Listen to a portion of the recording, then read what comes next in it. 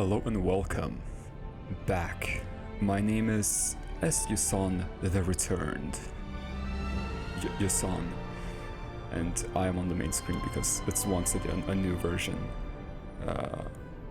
I once again lost track of which version it is. But just in case there was another crazy animation, I decided to start on the main screen. Let's see if that is the case. Oh wow. It is hot today. I am sorry if you can hear my fan. It is very loud to me. Okay, no crazy animation, so maybe that's just a thing for the main versions. Oh, the previous version was the main version, right? Like a big version update, 3.0. So this makes it 3.1, right? Let's see how, because I don't know. Multiplayer mode. Interesting. Hold on, let me check my mail first. No, it's 3.3 actually. Okay, I don't know how it works then. I guess it's on the anniversary that we get a cool animation thing, maybe? I don't know. So there we go, these are the new cool people of the version. Oh my god, is the Herta back? Event Warp, I think the Herta is back. There's some minigame. Galactic Baseballer. I see, inspired by the main character, clearly.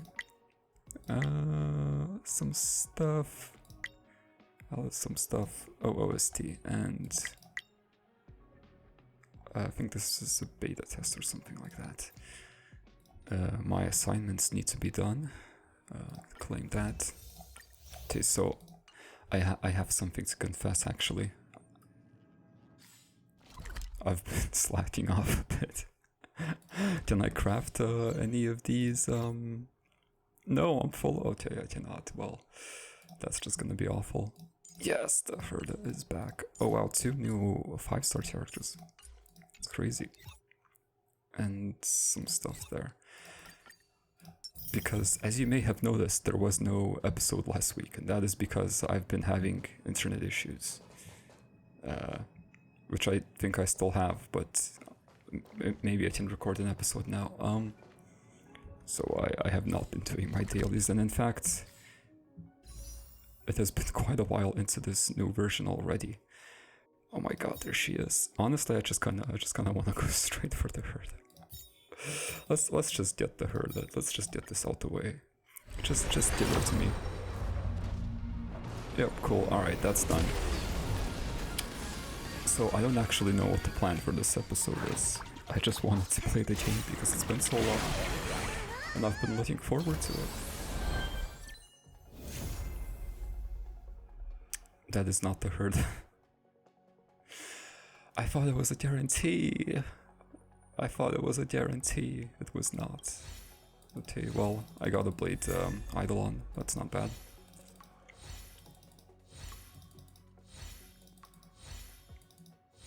I was so confused when I saw that destruction. Okay, well, I guess I have a lot of warping to do, but I believe I can still get her guaranteed quite easily. But there's a lot of warping that needs to be done instead of a bit.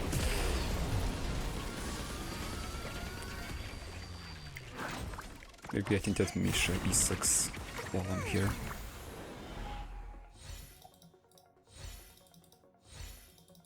I hardly remember. Actually, wasn't Misha just like very similar to the Herta in terms of abilities? If I remember right.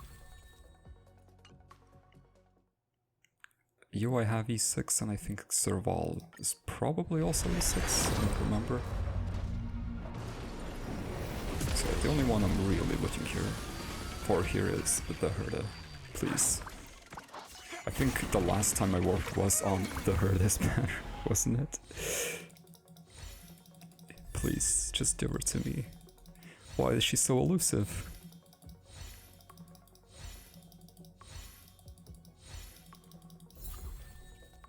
I would like another dance as well. That would be quite nice.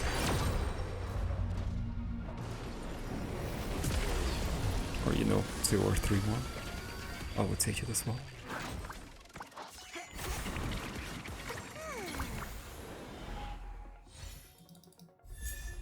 And, oh, I actually did not have Serval E6, there we go. that's another something to get. Two in for one deal, nice.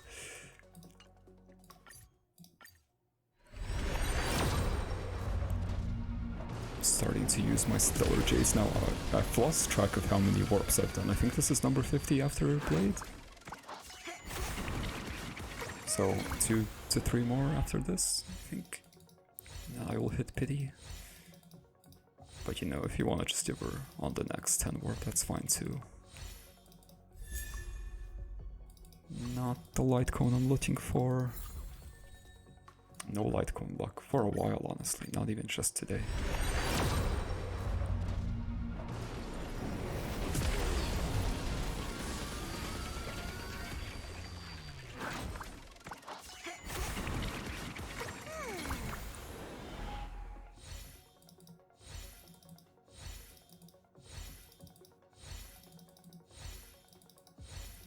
Gwyneth, damn it.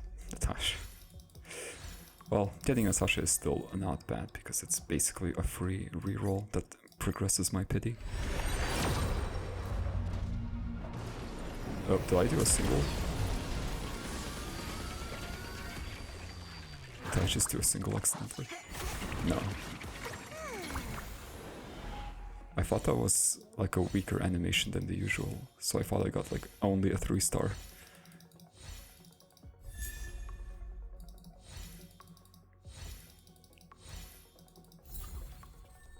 But I guess my eyes are just not working. Okay, is this it? Yes, finally. Give her to me, just give her to me. My god, this took too long. I should have gotten her a day 1. But you know, better late than never.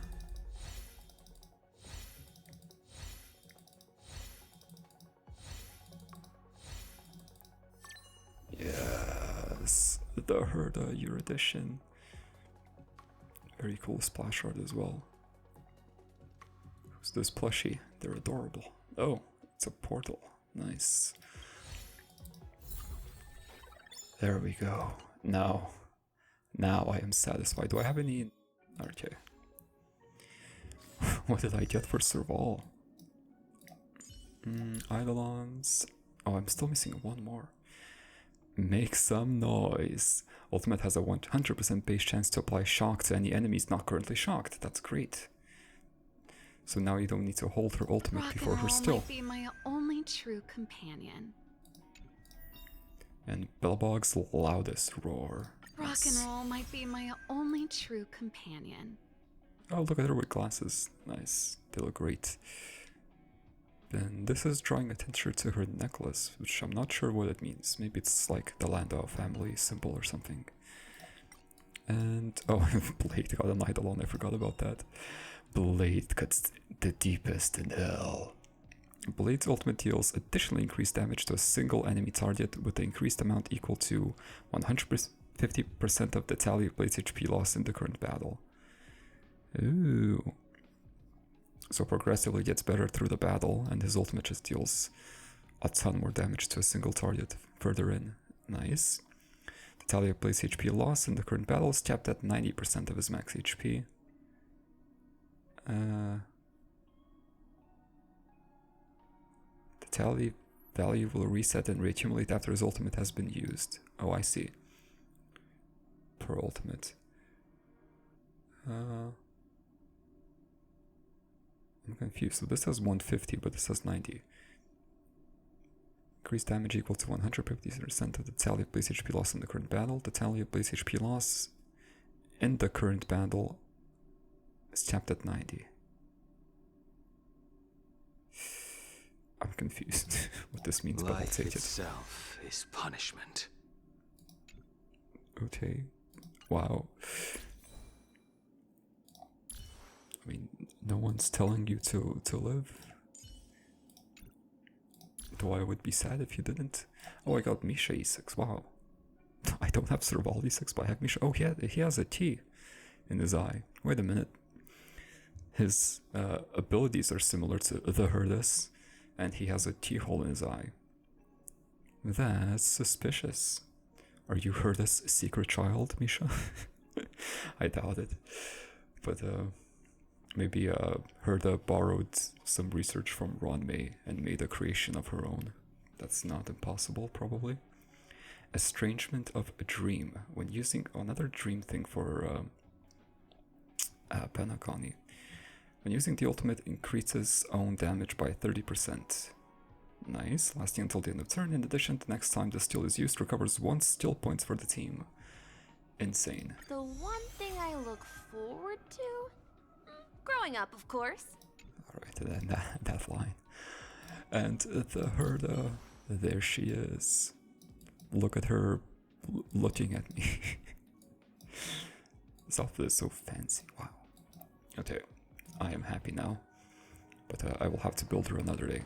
Anyway, where was I? I have a new avatar. Oh yeah, the Herta, of course. Events. Ooh, free stuff. Yes, thank you. New Trailblaze mission stuff. New event that I cannot do. I wonder what the free characters are. Bunch of nice looking things, but I'm gonna miss them unfortunately. And then once again, I'll have to do the trial later. Oh, just a second. The new 5-star is gonna come out later. Game tools.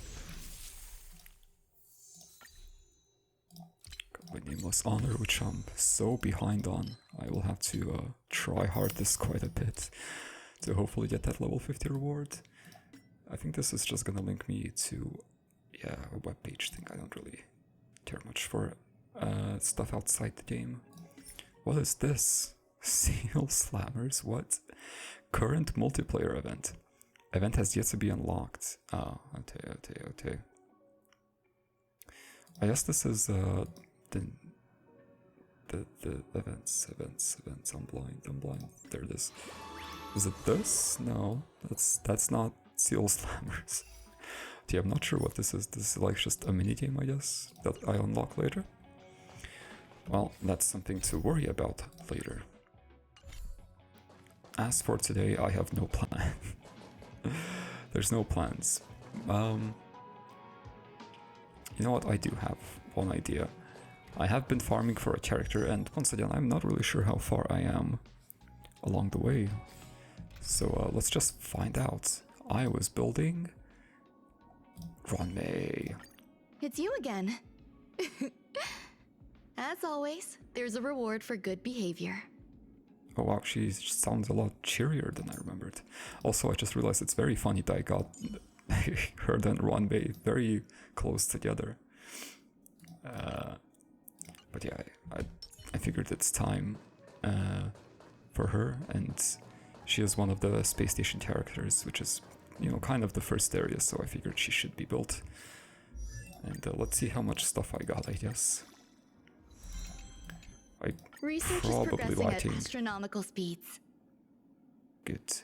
I'm probably lacking trace materials, I think, but I have been known to overestimate those before, so, you know, maybe I'll get lucky.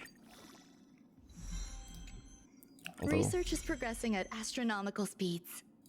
If I miscounted how much I need, is that really luck? Or just misfortune from the beginning? Well, at the very least I have enough XP books. Unfortunately, the mystery of the eons remains unsolved. Oh, alright, I get a ton of these. Nice. That's 3 just like that. Okay, light cone, so she is harmony, so we want dance sense, but I don't have any more of those. What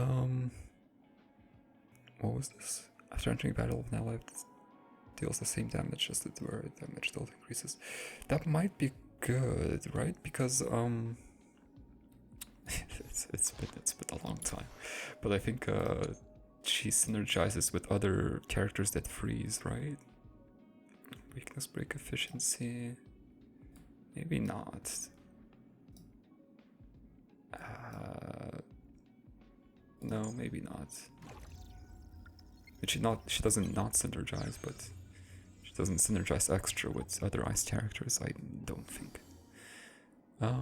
Just maybe not the best light cone. What was this? Break effect. Oh, doesn't she steal off a break effect? When her attacks additionally generates 4 energy. We do like energy in this household. I saw a break effect here somewhere. Yeah, wait. Equal to 20% Ruan May's break effect plus 10%. Yeah, there we go. So we want to put break effect on her, and there we go. This is break effect. It's not dance, but it will do.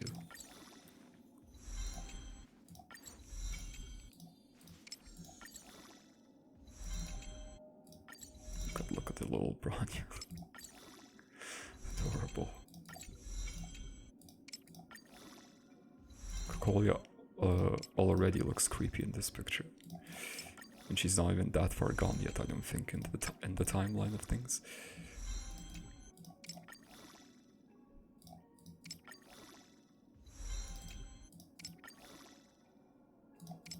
She really does just look like one of those, like a manga evil enemy women.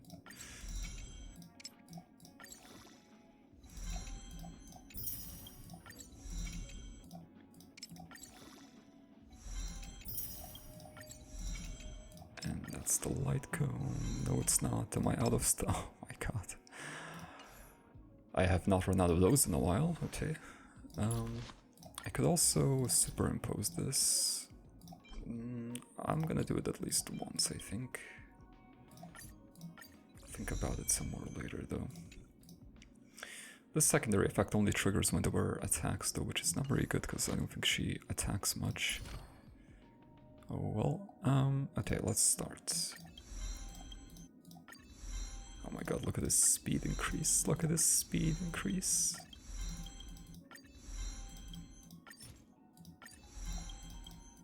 Oh, this is a convenient button. Has this been a thing for a while now? I don't remember. That damage increase. Ruan May is really good.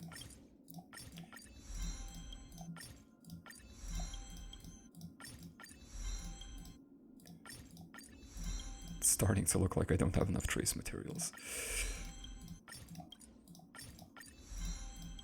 Yeah, not nearly. Oh well, let's do what we can. And this is the ultimate, which just does a lot of damage and further delay.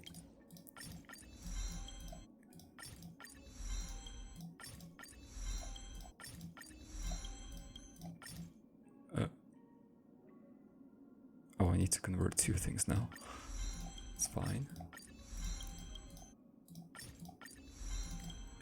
Okay, well, I got the core steals down at least. Let's get some more break effects and some more speed. Some more break effects. Lovely. Okay, what is this? Bonus ability Inert Respiration. Increases break effect by 20% for all allies. Every breath one takes is a perception of the self. Okay, I guess that makes sense, yeah. I can see that, yep. That's really nice because it works on her too. Days wane, thoughts wax. I just said the older you get, the more solid your thoughts are.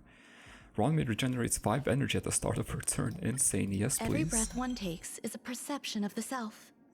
And since I have few left, let me get this before I run out. Candle lights on still waters. In battle, for every 10% of Ruan May's break effect that exceeds 120, her still additionally increases allies' damage by 6% up to a maximum of 36. So you want 60, so you want her to be at 180 break effect. But this already gives her an extra 20, and then she has all these passives, so it seems very easy. Oh, I have to use these. I mean, sure. Every breath one takes is a perception of the self. But yeah, she does a lot of support. And yeah, I am out now. I was closer than I thought, but yeah, I was slightly off, unfortunately. I don't really have relics prepared for her though. I guess we will just steal from Asta, or I guess we'll just take Asta's old stuff. She doesn't need crit whatsoever, though. Is this even a good set for her? When the wearer uses their ultimate on an ally's speed for allies increases by 12. That is pretty good. But this gives break effect. Although this additional effect just isn't really that good.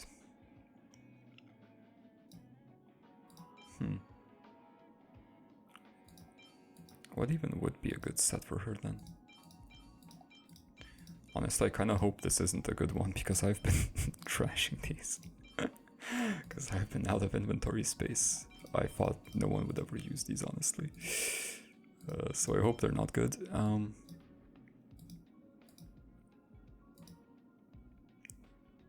Yeah, I don't know. Sure, let's equip. You know what? Sure, let's equip the recommended set. Let's get some attack. And that's his break effect. I guess break effect is kind of the only stat she cares about, huh? Besides speed and energy regeneration, of course. Are there break effect? How do I filter? Are there break effect orbs? I forget. No. Interesting that it recommends all of these, but not attack. I guess we'll go for ice damage. This is a good effect, I guess, because it allows its users steal first before everyone else gets a turn, which is nice. I don't see ice. Oh, there we go. That's ice damage, sure. And energy with a bunch of break effect. Perfect. This is kind of made for her, I guess. Nice. And there we go. Got some stuff equipped for her. And now, let's read her probably crazy character details. A scholar of exquisite temperament, number 81 of the illustrious Genius Society, and an expert in the field of life sciences. She earned Noose's attention with her talent. She earned Noose's attention. Surely she's an emanator as well, right? Like Herta? Because it's still sort of a debate in my head, because I'm not sure, but believe every single member of the Genius Society is an emanator. This kind of seems to sort of confirm that for me. She earned Noose's attention with her talent and terrifying perseverance, and began her research on the origin of life in a secretive corner of the universe. Called the space station? Well, no, that's not where she began. Subsequently, she was invited by Herta to collaborate with Skrulum and Stefan to develop the simulated universe. Privately, she revels in traditional theater and desserts, and she's also very interested in embroidery. She does in fact have hobbies. Aside from just crimes on life in general. During her childhood, she received early exposure to science from her mother, who was a scientist. Big quotes, quotation marks there. Why? Was she not a scientist? Her life in a tiny house with her family of science enthusiasts was filled with love. As such, it wasn't long before she realized there were subtle differences in love, each kind coming with different scents. Her grandmother with silver hair was a fan of traditional theater and its humming and chirping, while her father wore a pair of large furry boots. Her parents loved each other, but they still argued from time to time. She was an impassive girl who made mistakes all the time, but was also forgiven all the time.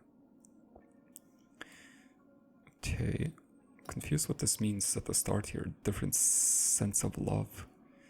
And why was her mother a scientist in quotes? Because she was just an enthusiast, not an actual real scientist, I guess.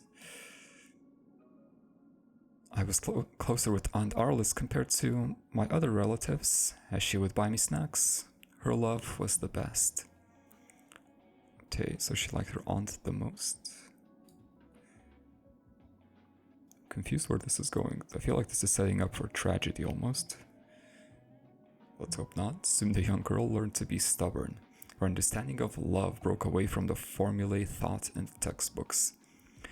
As she grew older, her mother became strict with her. Together, they walked one step at a time on a vast glacial planet. The girl gasped and stopped on the way, carefully observing the fantastical and enchanting life forms buried beneath the glaciers. What used to be life forms, at least. Every time she arrived home after going on scientific expeditions, it was time for rewards. What's with all these, like, quotation marks? Odd. I'm not sure where this is going. When she took a small bite of the cake, the mouth-watering aroma would immediately cling to the roof of her mouth. Her insignificant anticipation always gave her mother's research an inviting smell. Starting from their home, a planet blessed by abundance, they boarded research aircraft and set off to more worlds. Surrounded by flash bombs, silk headscarves, ribbons and embroidery, the girl embraced the joy amongst life forms, created by spiraling and ascending data. Ruan. After eating Ching Tuan, you must wash your fingers thoroughly before you can touch the lab bench. Ruan. That's just like a speaking thing, like, Ruan. I don't think this means she has a third name or something.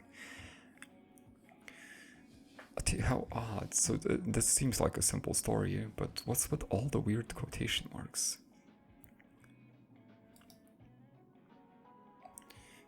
It's sort of giving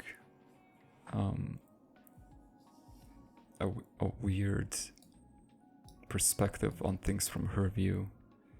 These quotation marks. Why are they in quotation marks?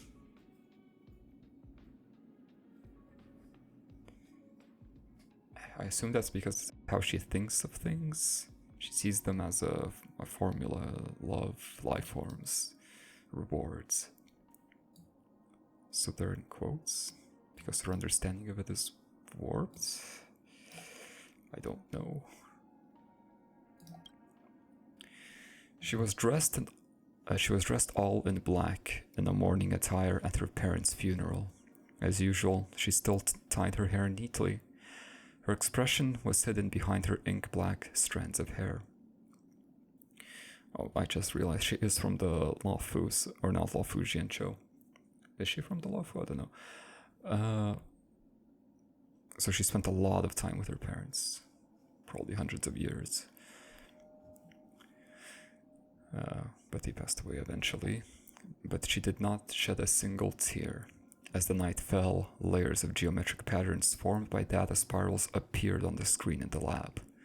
They shifted, expanded, and flowed along the sound of traditional theater songs. After peeling away the layers of the patterns, the secret she meticulously crafted and protected with care was revealed. Her parents, with their eyes closed. Their faces were as impassive as if they were asleep. Did she reanimate her parents? I hope not.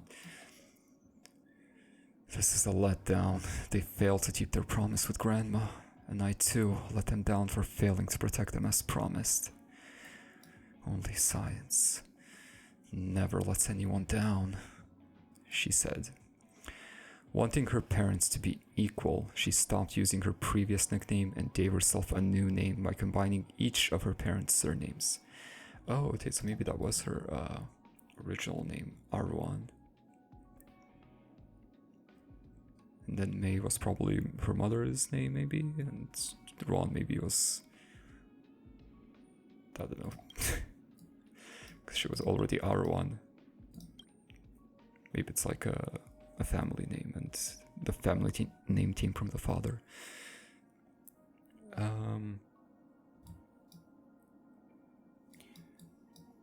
Combining each of her parents' surnames. Since then, whenever someone asked her about her home, there would be a flash of confusion in her eyes. She seems to have forgotten everything. In such a state, she started working around the clock on her calculations. She was so engrossed in her research that she never ate regularly. When she was on a roll, she could spend entire days and nights working on research without sleeping, and only dozed off when she hit her limit. Soon she was only relying on the faint glow of fireflies to gather her research results every night. The more dismissive she was of the existing laws of life, the quicker she progressed. I'm surprised she's a harmony character and not abundance. with how much she's twisting life. She totally disregarded formulas, then moved on to ignoring the meaning of life. She simply observed, assessed with her hands, held a data in her palm to feel it, then proceeded to concoct new laws for species. As a result, the ferns and flowers in her lab flourished ever more. They grew at a speed visible to the human sight, and ultimately filled every space in the lab. In the space between the flowers and leaves lay the serene and emotionless countenance of her parents, formed by the aggregation of data. Okay, so she kind of went crazy. The moment her sleeping parents were about to open their eyes, by then she had nearly destroyed the existing laws of biological evolution on the entire planet, yet she still marched on toward her goal. It wasn't until she looked up from her research and stared at the sky that she noticed the days of the erudition had descended upon her. So that's her origin story. Her parents passed away, and she went crazy trying to resurrect them, I guess. She forgot about them, but she was still working for them. It was weird. It seems like her mind kind of shattered. She was unable to cope.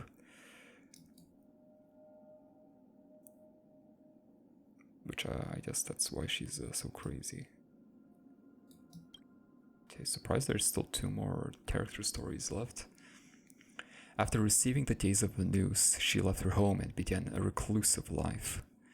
No one knew what she asked news, but after that incident she became even more apathetic and impassive, and even more immersed in her research. She would only study the fundamental nature of life. Well, I can take a guess and say that news probably told her that she either shouldn't or couldn't resurrect her parents. Okay. Greater variety of life forms came into existence throughout her concoction. Some burning life forms became flowing flames that crept and weaved under her feet. Sometimes she felt like she was fire itself, some fluid being stirred into liquid light that slittered around her slender wrists. Sometimes she felt like she was light itself. Some living things concocted from knowledge attempted to develop their own thoughts, sentience, and emotions.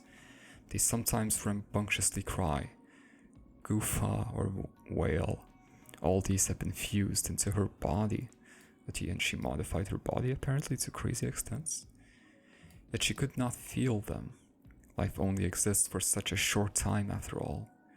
They fleetingly pass from birth to death, and her research is the only constant. Occasionally, her casual research would shake the schools of biology. Her research transformed many planets. Flying whales, swimming deer, fearful flowers, and trees with a vast root system. Her creations have already went beyond the scope of experience and imaginations comprehensible to organic life. She kept pushing herself for a more in-depth understanding of life, just to bring herself closer to news and their unforgettable glance. Eons. What kind of beings are they? Are they also a form of life? As her groundbreaking studies rose to fame within the cosmic academic community, people always tried to disrupt her life as a recluse. She turned to look at the letter from the Genius Society on the desk and, once again, dumped it into the trash can. But yeah, she took some time to join the Genius Society. I'm starting to question my initial guess now about what she asked of news, or what news told her, or what she gleaned from news.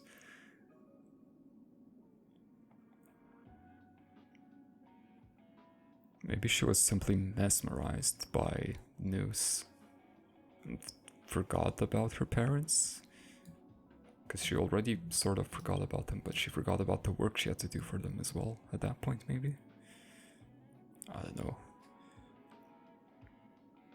But I know I've made my hatred for memo keepers clear, but I feel like she could use one just to see what happened to her mind.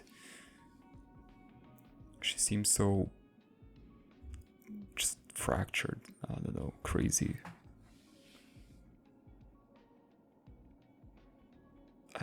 I think she needs not necessarily help, but just a diagnosis would be nice, I think.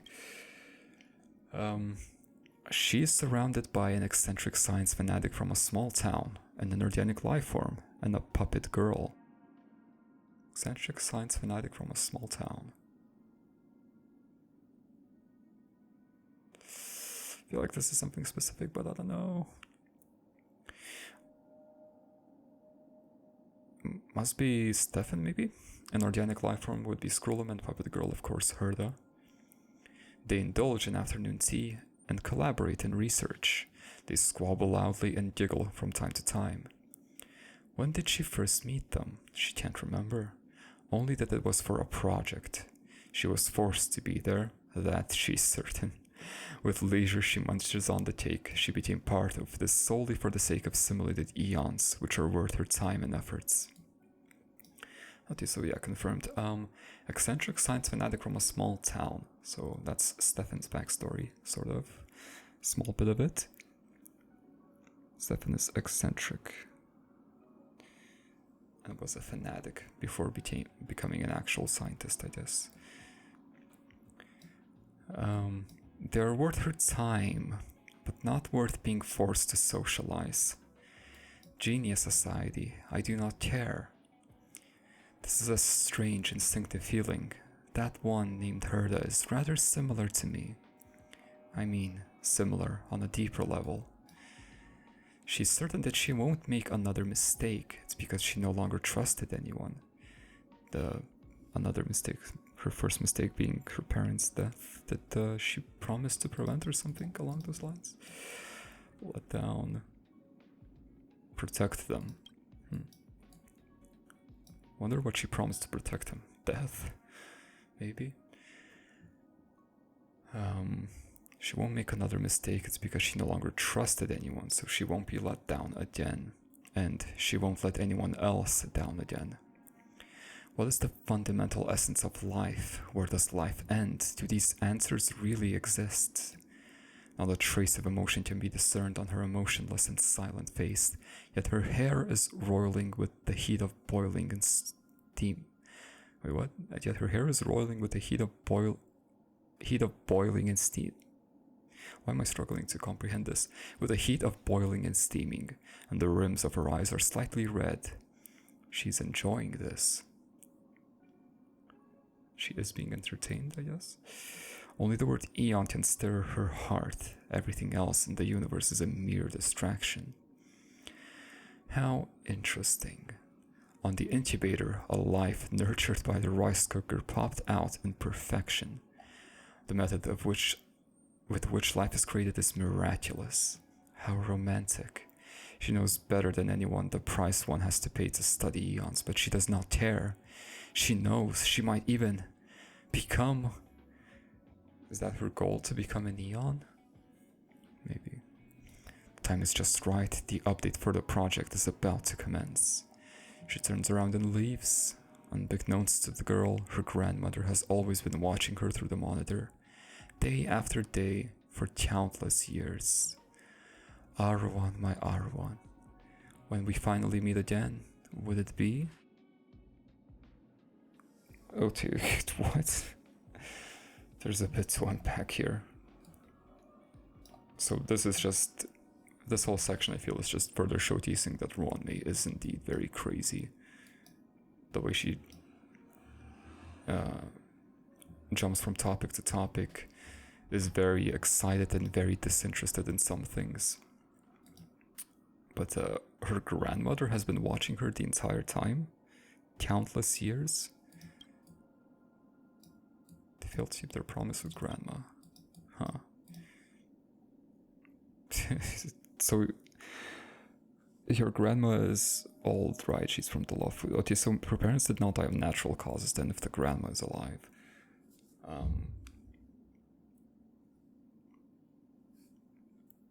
I don't know why, but my mind just immediately jumped to, is your grandmother Polka Chakamont?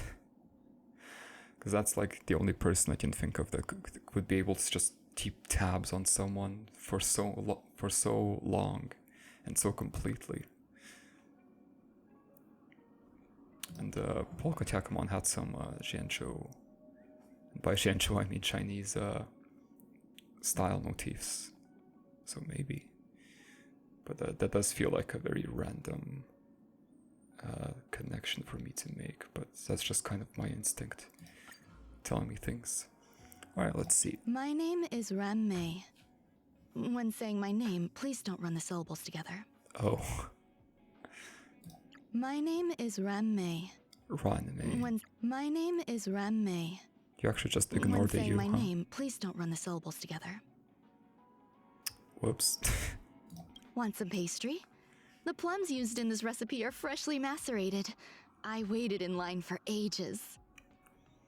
I completely forgot what she sounds like.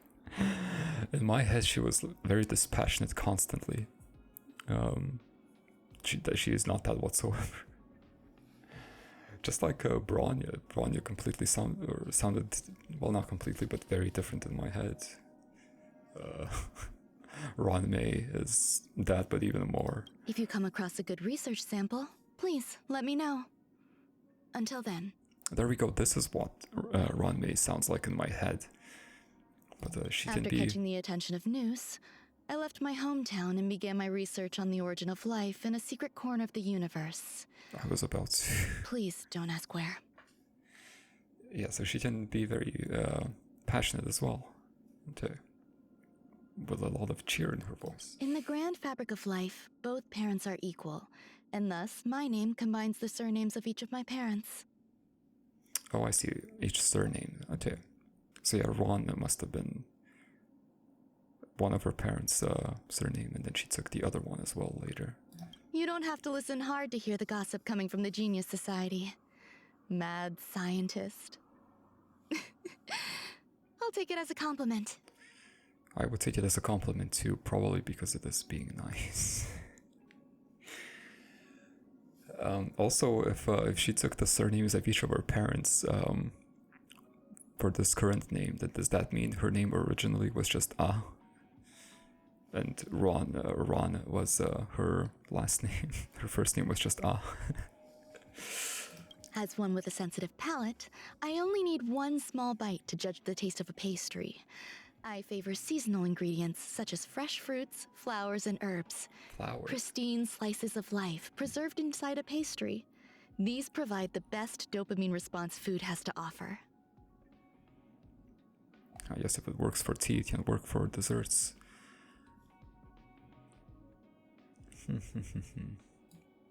Pastries are nice. I kind of want one now. I've never been able to really get into modern music, but I find opera enchanting. Time passes like a river whenever I listen to the strings and voices in an opera performance.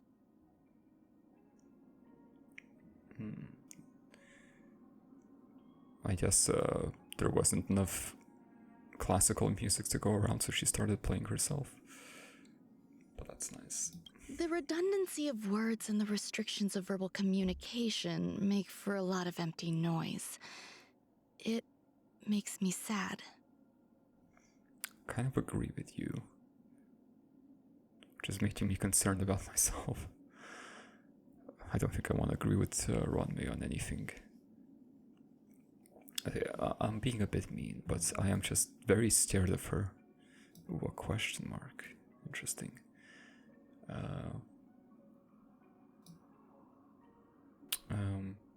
But yeah, I understand this. I struggle with this because when I talk to people, I tend to cut out too much information that I deem unnecessary, but I find that for other people that information can in fact be necessary. It's just not from my perspective, which is why she feels that way too, maybe, as well. The feel of embroidery is similar to that of growing a culture in the laboratory. Fine control of the wrist, just the right angle, and total commitment.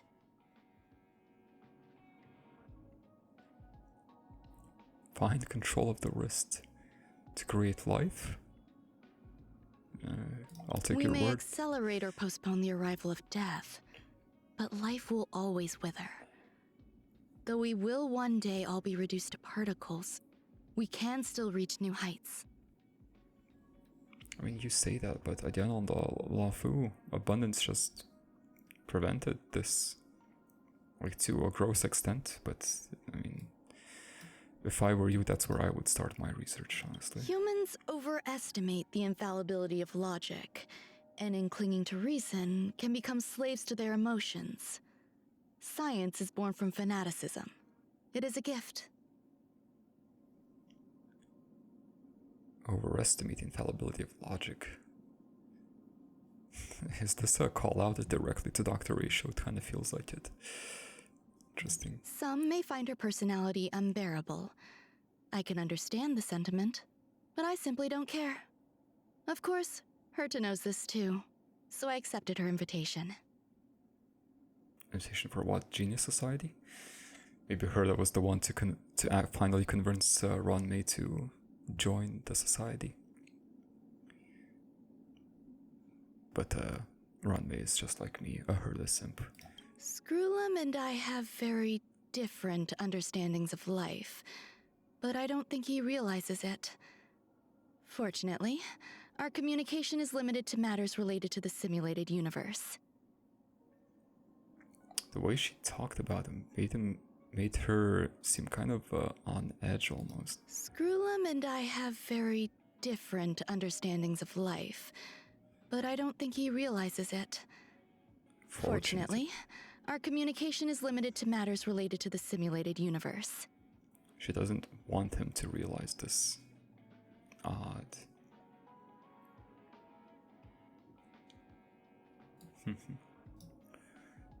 Put a watermelon parfait in Herta's office, and Steven is sure to show up. Oh. Remember, the pumpkin ones will never attract him. Those are for warding him off. Do I have one of those? I am in Herta's office right now. I don't think I do.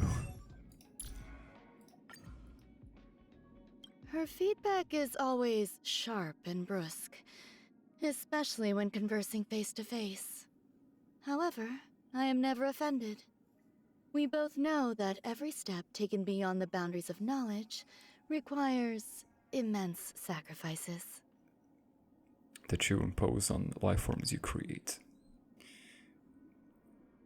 Funny that she has a different line for the Herta and Herta. Can life's past moments truly be restored to what they once were? I see that as a more difficult question than immortality, I feel, in this universe. Research is progressing at astronomical speeds. Unfortunately, the mystery of the eons remains unsolved. Every breath one takes is a perception of the self. It's you again. As always, there's a reward for good behavior. Terrifying. If this were the simulated universe, I'd be at your mercy. But this is real life. Ooh, she has a line with Fugui.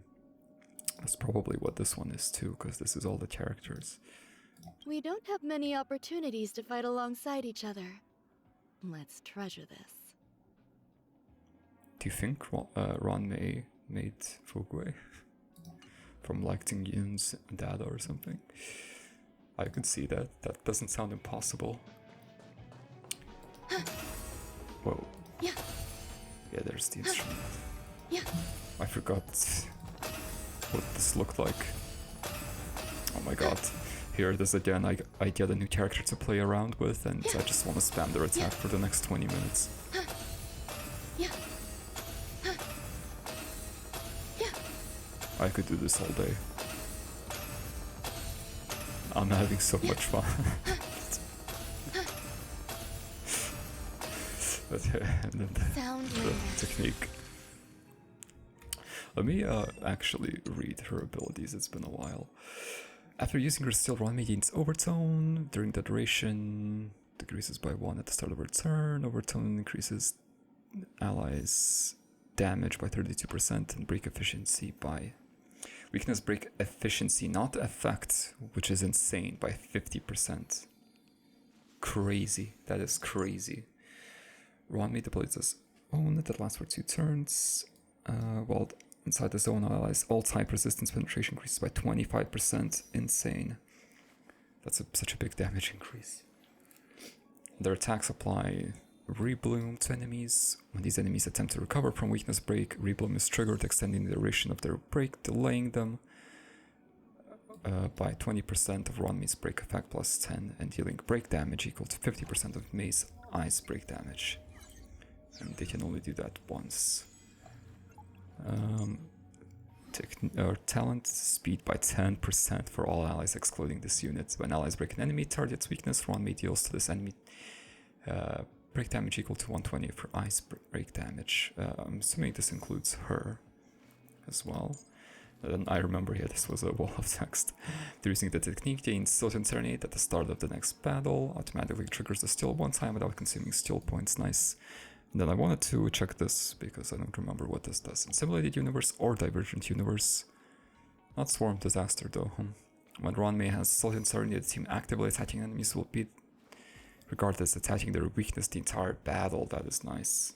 And this attack can reduce all enemies' toughness regardless of weakness types when breaking weakness break corresponding to the attacker's type for every blessing in possession up to 20. Additionally increases the toughness reduction of this attack by 100%. So even more weakness break efficiency. Insane.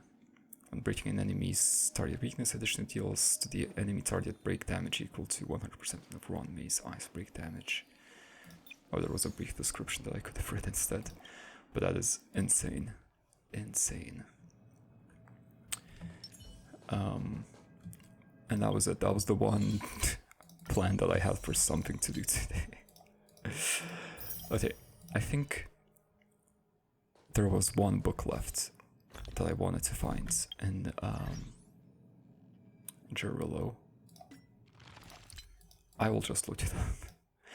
I don't want to run around the whole place again, especially if it's going to be like the space station where the last book I need to unlock through, I think this was Simulated Universe or something.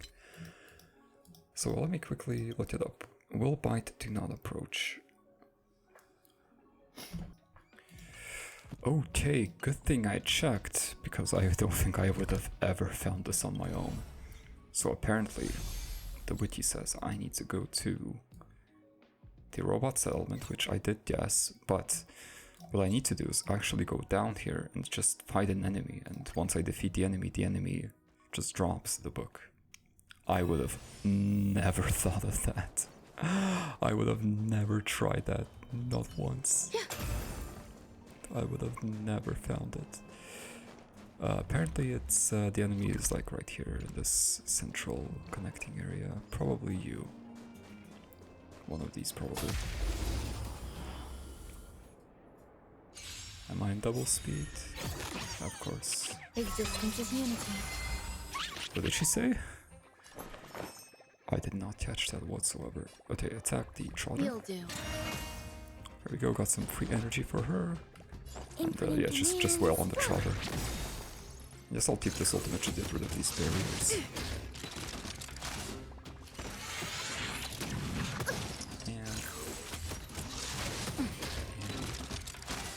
Okay, this is not going to be a very good showcase of Ruan May because I can't really break any of these enemies. Enemy data secured.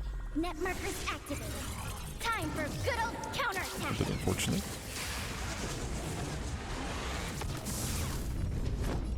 Also, I'm not sure I can kill this Trotter. Oh, I probably Naughty can. children, you're in It's that very shape. weak. There's more to life than drawing breath. That's true. Pay attention. This happened. She does talk like Dr. Ratio a bit as well. I'm okay.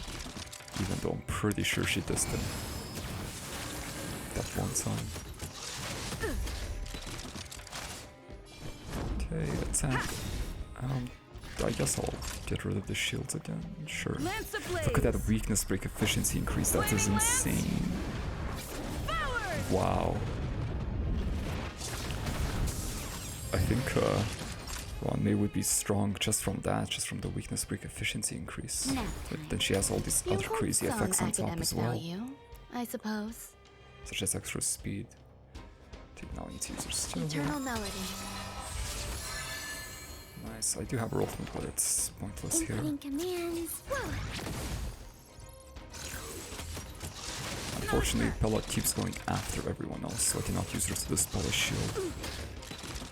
Which is annoying. Lance at the ready. Savor the vigor of it. There's more you'll do. Oh, Kella, why did you roll bad initiative? Probably because she has no relics equipped. I don't remember if she does. nap time. You hold some academic. Pay attention. Take die. Inputting commands. Whoa. Good. Oh, right, there was a wave too, but I have Enemy this. data secured. Net markers activated. Into this. Time for good old counterattack. Lance ablaze. Flaming lance. Forward. Nice. That's that. I wonder what Ron May thinks about inorganic life forms, because they are alive. But she doesn't seem to care much Life. for them. Did I get the thing? No, I don't see. Yeah, there it is. Obtained new rewards. I would have never found that myself. Okay. There it is. The coveted final book of. Oh, what's your phone? A DNA thing. Nice. That actually looks very good. I kind of want that chase. The coveted final book of Jarillo. Where is it? A note written in a childish hand. It is probably a summary of some robot's life. This is my pet robot, Septi. It used to do everything I say, but now it's sick and it might bite people. I heard Boss Svarog can fix robots, so I'm leaving. Oh, I killed Septi. So I'm leaving Septi here. Boss Svarog, please save my Septi. When Septi's all better again, it will come home on its own. It knows the way home. This is a note on a broken robot with no name attached. So this robot could bite. Unfortunately, it can't anymore. Because I killed it. Sorry, kid. Doesn't look like Svarog could fix that robot anyway, though. Well, now I'm out of plans once again. Okay, but the next thing I wanted to maybe do is continue with my quest to read all the Terran corrosion stuffs. So I read the Storage Zone one, and there's a few on the Jarillo. There's 6 sets, right, and the rest are in Lafu and so on.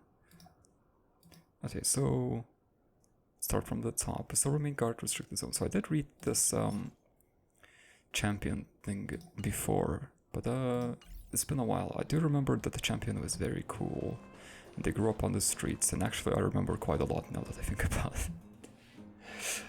I was gonna read it as a refresher, but I actually remember. Wait, what was that symbol? Bug report. Okay. But I actually remember quite a lot, huh?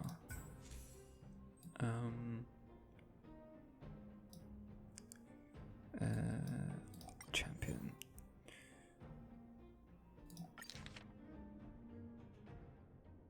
Lindsay. Have we seen the name Lindsay? I feel like we maybe have seen it somewhere before, but my brain cells and my memory is not good enough to remember that. But yeah, I remember this. And the other one was Thief of Shooting Meteor. Wasn't this a book? Like an lore book that someone published?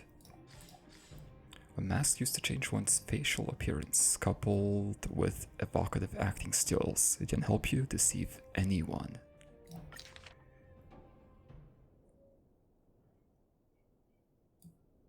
Yeah, I feel like I've read this as well, but this one I don't remember. A pair of special gloves interlaced with nanomaterials. The prints on its surface can change in real time. That is insane. But this is a real set of, unless maybe it's like a prop. This is a real set of gear. So It must have been real, this story. Steel table disguised as a woven belt, with hooks and pulleys hidden in its buckle. Pair of boots that enhances any human's physical prowess. It helps the meteor thief stride between buildings.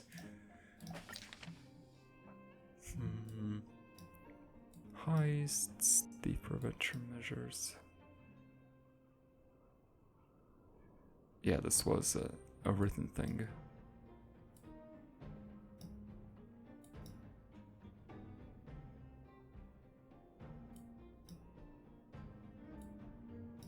I think I remember this joke as well. Yeah, I've read this at some point. Don't remember much about this one, and like the champion one though, but I can see it's just more of a fun writing thing and a bit of insight into IPC's culture. Okay, so I've actually done the first one. Alright, what's the next one then? Guide. It is... this one with the cowboy. I do remember a bit of the cowboy story. And... oh, isn't this the Blade one? Okay, I've actually read quite a few of these, haven't I? I've read these 4 at the very least. Let's go back to the data bank. I must have read them like this, but no, I skipped this one. Maybe I didn't have that one at the time. So I do remember Musketeer of the Wild West. This was just a really fun story. This one stayed fresh in my mind for a long time. It still sort of does. I don't remember if there was any name drops though. Oakley, actually. There was in fact a name drop. I don't remember what happened to Oakley at the end of this story though. Nothing happened. The story was left as a cliffhanger. Okay. Do hope to meet Oakley, because that story was just cool. But yet this one I've been waiting to return to, because this is just Blade's outfit. Who I got an Eidolon for today. It all comes back. That's why I got the Eidolon today. I see. The stars were aligning. So I'm gonna reread the whole thing now, just with a lot of added context, so I can hopefully understand everything. A withered twig that was used as a hair stick, with a new flower bud sprouting on the end. Now the past is long gone, and the stick inlaid with parcel gilt flower buds commemorates the beginning of a new life. Or actually, let me just read all the extra flavor. Bracers made from flowing coral gold and the leather of unknown beasts. Only master artisans from the Vidyadhara dragon race can create this kind of superior armor. I was about to say the coral probably means it's Vidyadhara stuff. The body. Passerby, it's called. All of these things. An old coat with a ragged hemline. The embroidery has been ruined by blade marks. Flesh heals quickly, but a coat does not, nor does a person's pain. A durable pair of boots that have left shoe prints on many worlds and have witnessed many lethal situations. So Blade has traveled around a lot. That's part of his Stellar Hunters. A distant and yet familiar feeling of nervousness wrapped around him, sharp and distinct with phantom pain, as the unnamed woke from his long and deep slumber. His past was shattered into razor-edged shards, and he forgot even his own name. That's probably why he's called Blade now. Wandering aimlessly, he drank melted snow to quench his thirst, hunted wild beasts to fill his stomach, and chopped a withered branch to use as a wooden hair stick to fasten his flowing hair. Like the incessantly flowing stream of a mountain spring, his long black hair never ceased growing. His flesh twitched and throbbed beneath his skin. Gross. Like river carps flipping and swarming. Fascinating power ceaselessly reconstructed his body. So he was stricken with Mara. And I guess that's what that feels like. Disgusting. Burning an everlasting pain of bones and tendons rupturing and healing. As countless phantom agonies and torments tore through his body, his shattered past was also beginning to come together. As he glanced at his own reflection in the water, the story of that tragedy gradually cleared in his mind. When the face in the reflection was no longer a stranger's, the unnamed suddenly realized the dead branch was sprouting flower buds.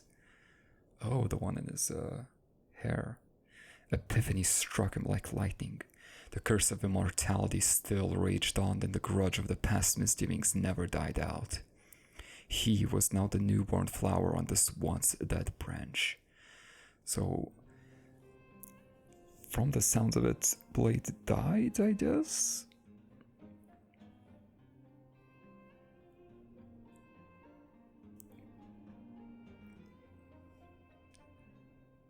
He was the newborn flower. Or I guess, yeah, Blade died and was reborn.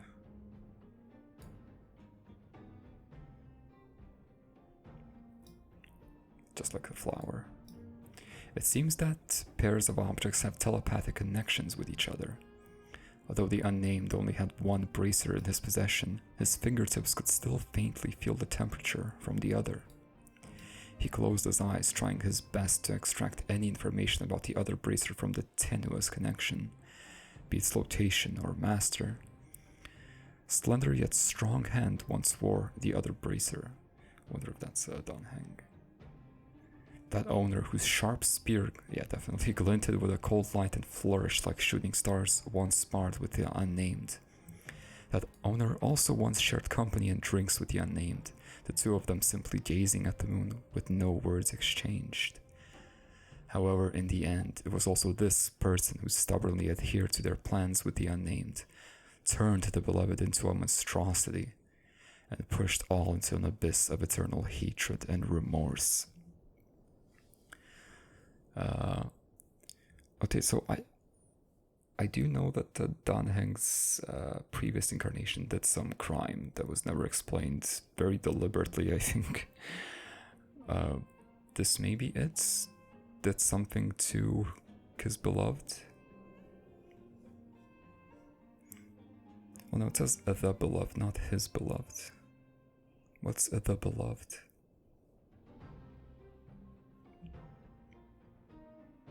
Something that was revered?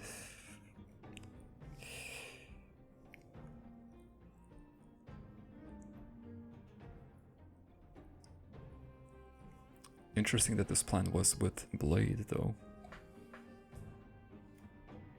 Because Blade hates Dan Heng for following through with this plan, but this plan was made with Blade. Weird.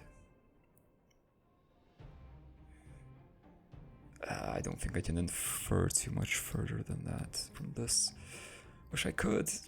Pairs of objects are destined for an eventual reunion. The long years of grudges and hatred between them should be savored. Like ice-cold aged liquor, one slow sip after another until the bottle of resentment is finally empty.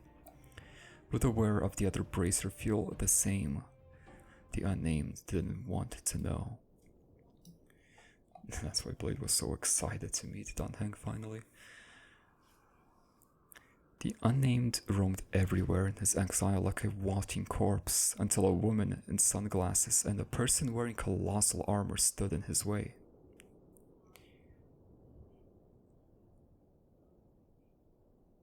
Colossal armor? Oh, probably the Sam thing. Sam armor. Suit. Mecha thing. I don't know that it's colossal. When I read the word colossal, I just immediately thought of the engine of creation. But I don't think that is it. But yeah, I think that's just Sam and probably Firefly. Before they could extend their invitation, the unnamed had already unsheathed his sword in refusal. After an exchange of blows, the smiling woman offered a deal that the unnamed could not refuse. How did I not realize? Oh, I thought this was Himiko, didn't I? When I read this initially, I thought this was Himiko or something. This is Kafka. That's funny. I think I've seen some art maybe or something of Himiko wearing glasses, and that's why I thought that. Also, Himiko just looks like she would wear glasses for her afternoon tea while reading something, you know? Or coffee, actually. But anyway. The unnamed accepted the deal, of course, because of Jarillo, obtained a new identity, and went back to the world of civilization and order. I wonder what the deal was. Oh, that Kafka was sort of controlling Blade. And maybe Blade wanted control of any kind, really. Maybe that was the deal. Or actually, probably more likely, she promised to bring him to Dan Heng eventually. The unnamed was brought into a tailor shop where his sizes were measured and presentable clothes were custom made. People even dressed his hair, groomed his face, and made him regain his old appearance. In a trance, he began to lose track of time.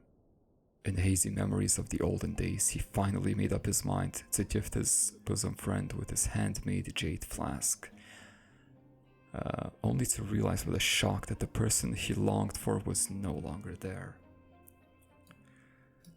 He realized that everything he relied on to walk this earth, this body, this life, this love and hatred, even this set of clothes, were just loaned items. He will repay all of them in full, then draw his last breath. Blade really does not wish to be alive. I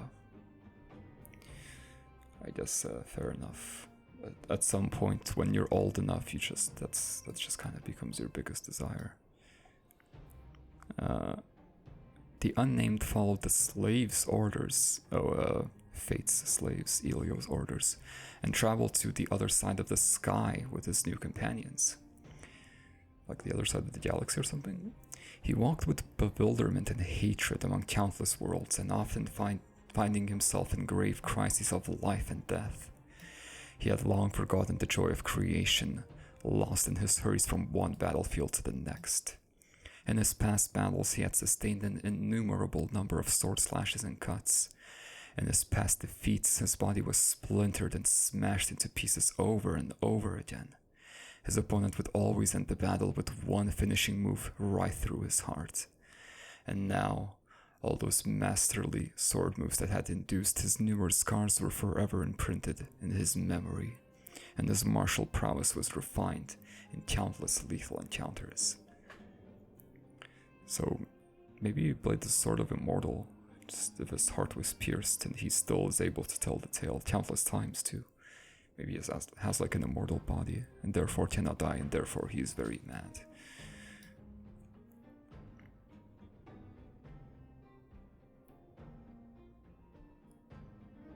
Because Blade expected to be dead, right, at the start of this relic, but wasn't. Realized he was reborn, so he just keeps being reborn, which is why he's such a good asset to the Stellaron Hunters, I guess.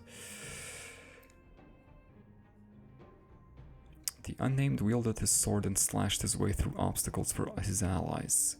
Wherever he fell, he rose right up, over and over again.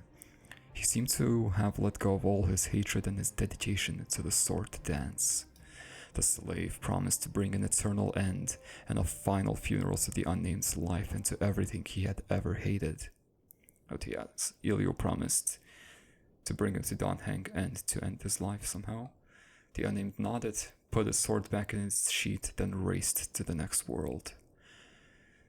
Kind of messed up for Blade to have to work so hard just to die. Have to work so hard for his own death. It's crazy and wrong. But that's his reality. If life could be deemed as a continuous journey, then the unnamed wishes to step over the pool of blood made of all whom he deeply resented before reaching his own end. And that is full extent of how Blade thinks. It's very funny seeing in retrospect where I mistook this for Dan Heng, because it kind of makes sense. You can kind of see it why I did, because it mentions countless worlds and traveling from them. And I remember the one thing that I was confused of was that this person wields a sword and Dan Heng wields a spear.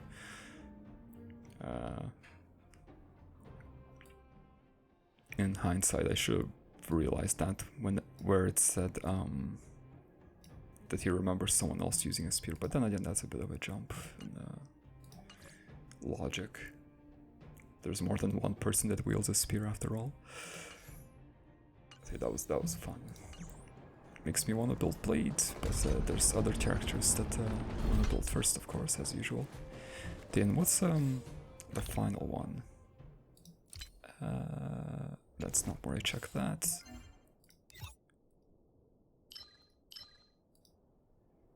Right, it was these. Genius of Brilliant Stars and... no. Guard of Wuthering Snow. Don't actually know what the word wuthering means. Is it just waving? I don't know.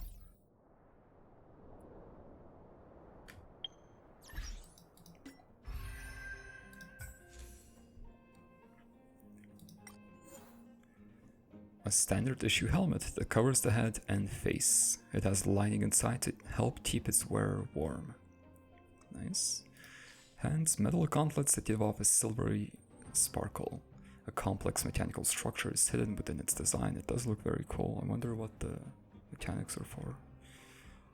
Just easier movement, probably. Silver greaves. A pair of hard silver white metal greaves. They provide protection while also being lightweight and warm. These do not look lightweight whatsoever. That is a lie. That is a marketing lie. And a nice uniform. A neatly ironed uniform of the Silvermane Guards from long ago. The sturdy buttons press creases into the fabric, or in the fabric. Yeah, it does look a bit outdated, this uniform, a bit different from the current. Let's see if we can find out who this is. It was no easy task staying prepared for the battle in the Eternal Freeze. This was preparation for the battle in the Eternal Freeze, but Jarillo 6's Silvermane Guards are used to it. The sharp cold wind howled through the gaps in the helmet, slashing skin as if it were icy razor blades. The monsters from beyond the sky renewed their formation, and soldiers armed to the teeth stood ready under the command of the Supreme Guardian. Vanguards stationed forward often need to hunker down in the snow for days at a time as they look out for any monster activity. After being exposed to the elements for such a long time, the soldiers' skin, sweat, and the velvet lining of their helmet will freeze and stick together, such that hot water must be poured over their helmets for safe removal. Gross, but understandable. The sweat freezes to the helmet, that's awful. The architect's craftsman then altered the curvature of the cast iron helmet's metal plates, minimizing the air resistance of the heavy helmet in the snow. Sturdy, warm, majestic, these traits of the Silvermane Guard's helmet were passed down for generations. How can you even see with that thing on? Every patrolling guard has been asked this question.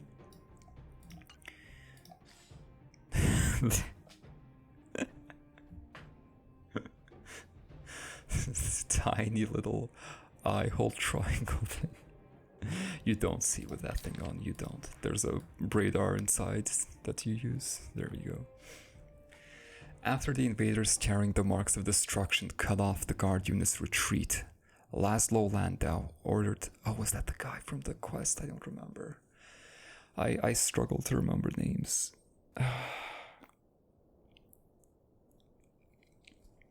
Struggle to remember everything, but names in particular. Was Laszlo the guy from the quest with the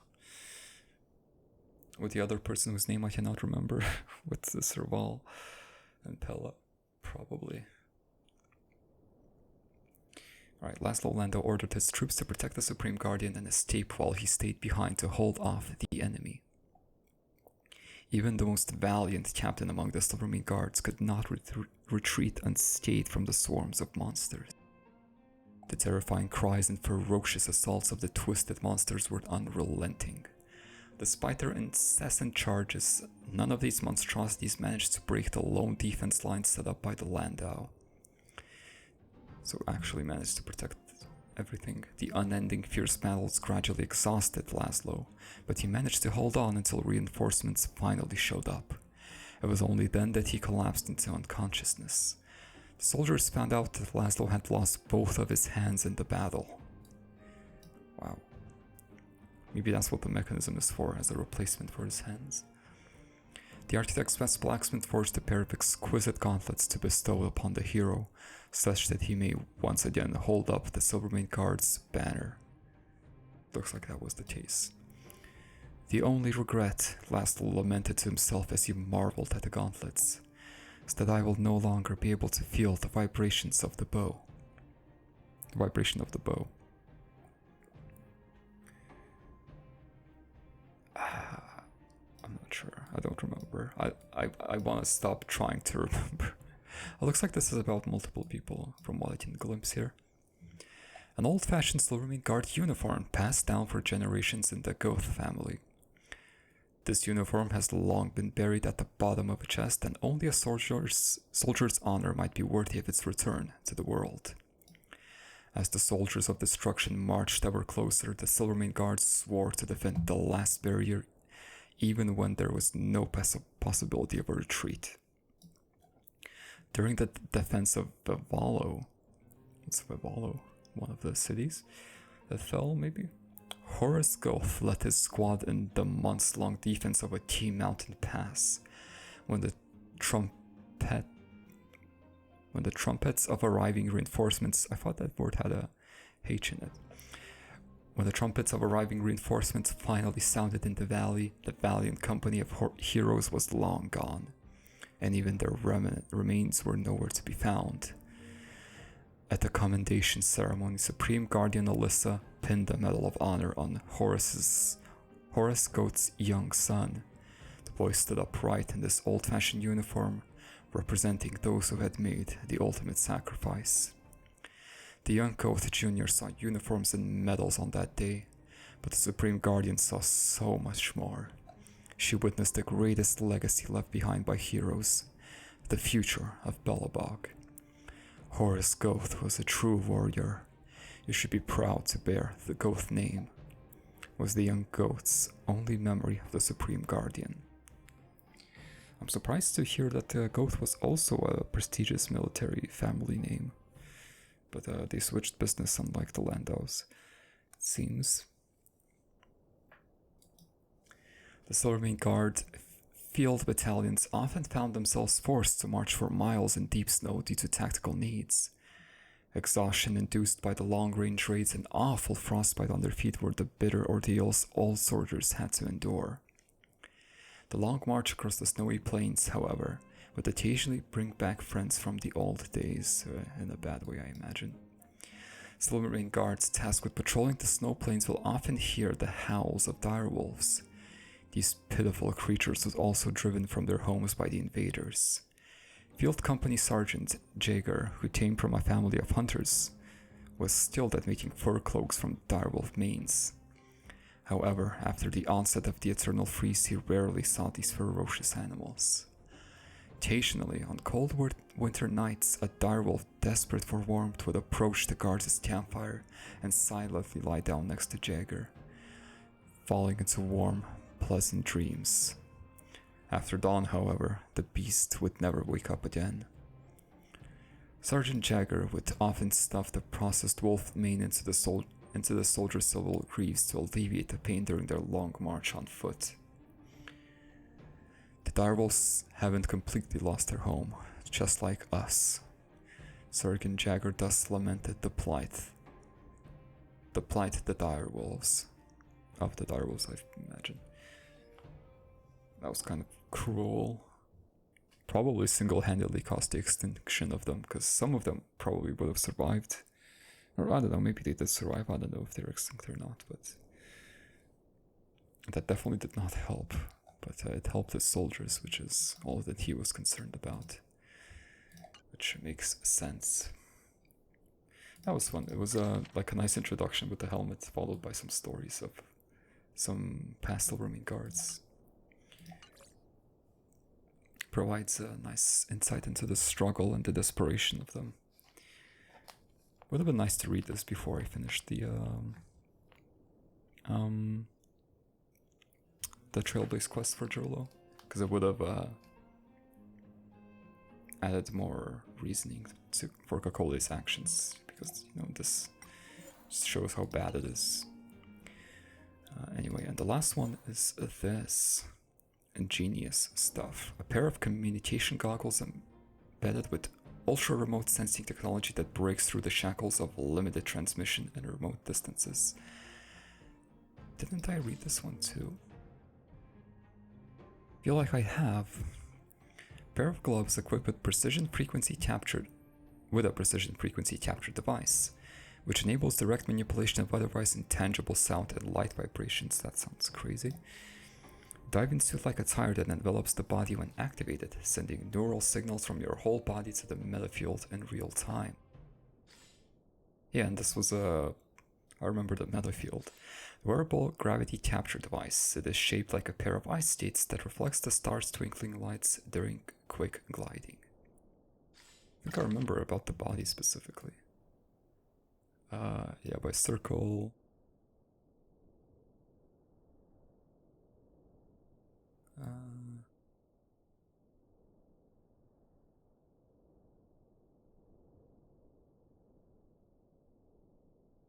Yeah, I remember this.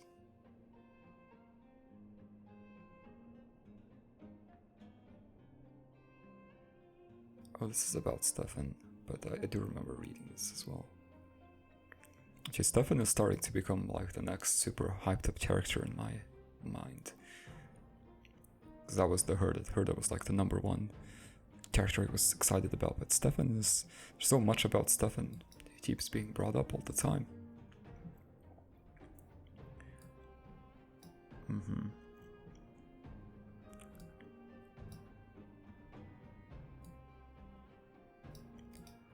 Right, I'm not gonna read it. These are just some fun stories.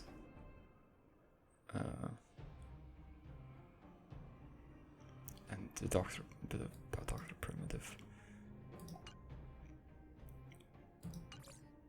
Oh, actually, that was... Wait a minute. I don't remember this part.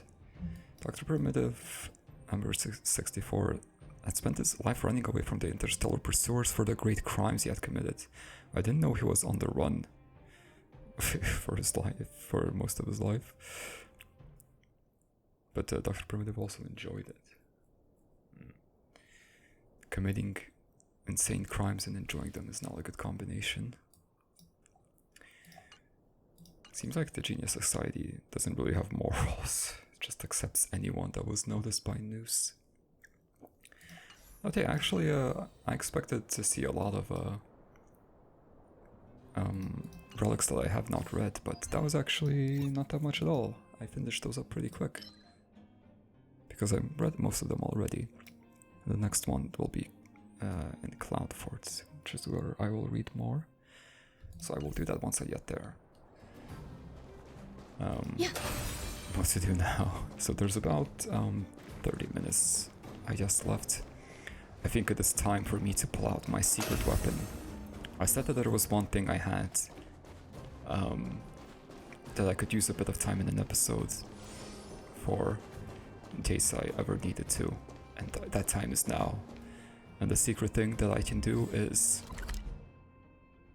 something that was hiding in plain sight the entire time.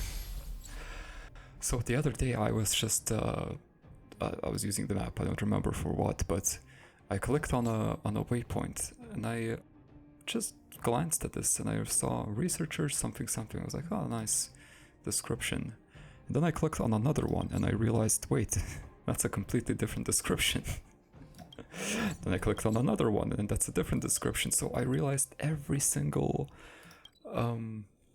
teleport waypoint, I forgot what it's called, has a unique description. Every single one.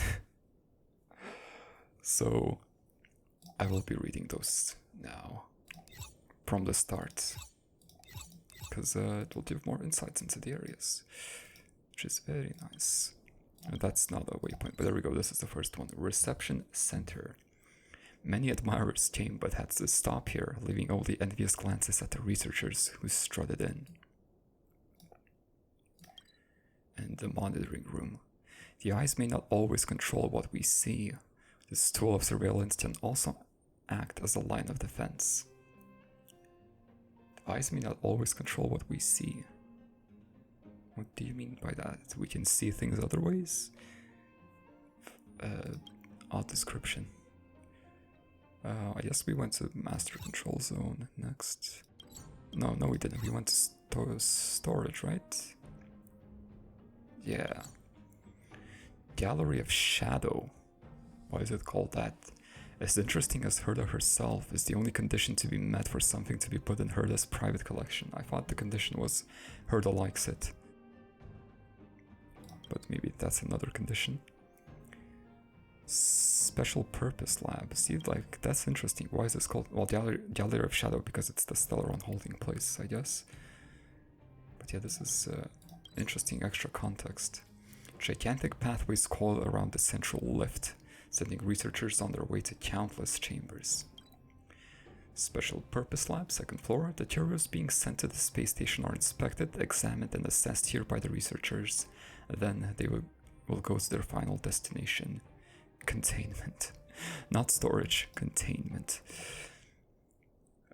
Space station really is just SCP containment, isn't it?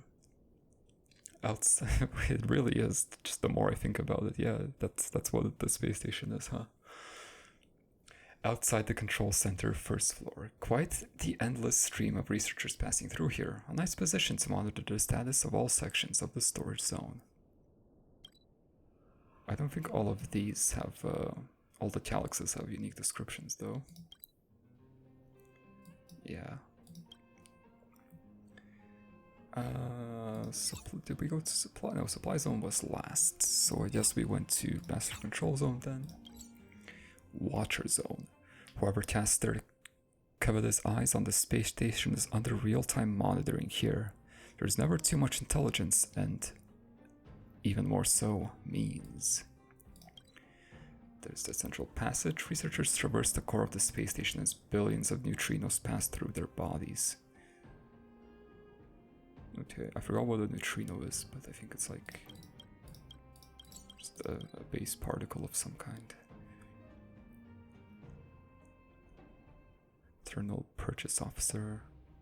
Yep. Project recycling Herta room. Wait, what? An internal purchase coordinating system for space station staff members managed by the IPC. Currently, they only accept Herta as payment and have been crowned with the nickname of Project Recycling Herta. Because it's worthless, or why? The most unmysterious office in the universe. Quite the opposite. It's very mysterious. And the space elevator. The space elevator shoots straight out of the blue's... Wait, what? The space elevator shoots straight out of the blue's equator, connecting up to the various compartments of the space station and transporting researchers back and forth. What? Excuse you, what? I'm going there right now. Space station, the supply zone. Yeah, there. The space station is connected to the blue with a space elevator? No, it's not. Where? That sounds insane. Where is it? This is the blue, this is the space station. Where is... There's bubbles. Where is... No, it's not. You're lying to me. It's not. Oh, this feels trippy. Did the blue always move like this? I must be going crazy. But this this scrolling effect really makes you feel like you're falling around the planet. It's nice. I don't see a space elevator connected to the space station. But that would be very cool. Maybe it's like a holographic space elevator. I don't know. But also the space station is not moving. Is perpendicular the word for this? No, parallel. It's not, you know, rotating parallel to the planet, so a space elevator would not work. You're lying to me. You're lying to me, map description of the space elevator. Connecting the various compartments of the space station, transporting researchers back and forth. Blue's equator. Lies. All lies. It's probably more of a teleporter than an actual space maybe it's just called a space elevator for, you know, tradition's sake. But it's probably just actually like a teleporter or more of a, you know, one of those beam downs. What about this one? Same. There's the Astral Express. Civilizations rise and fall, becoming forgotten.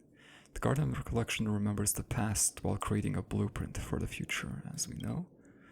No one knows when Pom Pom appeared. The crew only knows they've always been there, taking care of the Express. That's nice. Pom Pom, are you sure you're not Ativili? Well, no, because you and Ativili were seen in the same room at the same time. I don't know what Pom Pom is. Strictly speaking, the name parlor car is not quite accurate. There are, after all, many cars with windows, and they can also be used to take in the scenery. But considering this car is usually used to receive guests, perhaps the various individuals aboard the Express count as the true scenery within the car. You're making it sound like a zoo. Guest book used to register the visitors of the Express where companions met during the journeys leave their remarks. I should actually check up on that, it's been a while. A high-tech synthesis device designed by Herta. Oh, I didn't know it was designed by Herta. Thank you, Herta, it's very nice. And produced and sold by the IPC. Good job, Herta, I really like that thing. Phonograph, an old but reliable phonograph providing music streaming service to its audience to this day. It will never reject your song request because of copyright issues as long as you've got the record. And the party car, once called the meeting car and newly renamed to the party car. Its primary use is as cafeteria and bar, but sometimes it's also used for meetings and board games. The only thing it hasn't quite been used for is parties. And the passenger cabin, the express car had witnessed many stories and now it is only a guest area for the crew to rest in.